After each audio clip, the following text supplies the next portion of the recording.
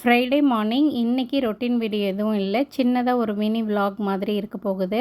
இன்றைக்கி காலையிலே குளிச்சுட்டு கோயிலுக்கு போயிட்டு வந்துட்டேன். இன்றைக்கி பங்குனி உத்திரம். ஆனால் போயிட்டு வந்தது என்னமோ பெருமாள் கோயிலுக்கு.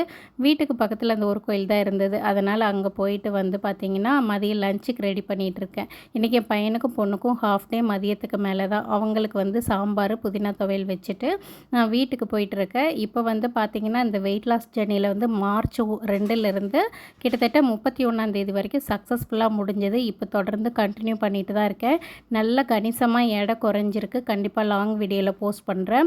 இன்றைக்கி மதியம் வந்து என்னோடய டயட் பிளான் பார்த்திங்கன்னா கிர்னி பழம், அந்த மஸ்க் மெலன் சொல்கிறோம் இல்லையா, அது சாப்பிட்லான்னு பிளான் பண்ணியிருந்தேன். ஆனால் பக்கத்து வீட்டில் இந்த மாதிரி சக்கரை பொங்கல் பங்குனி உத்திரத்துக்காக கொடுத்ததுனால அதுக்கு பதில் இதை எடுத்துக்கிட்டேன். கூடவே ஒரு வடையும் எடுத்துக்கிட்டேன். அவ்வளோதான். பாதி சக்கரை பொங்கல் வந்து தனியாக எடுத்து வச்சுட்டு அதில் ஒரு பாதியை தான் சாப்பிட்டுட்ருக்குறேன்.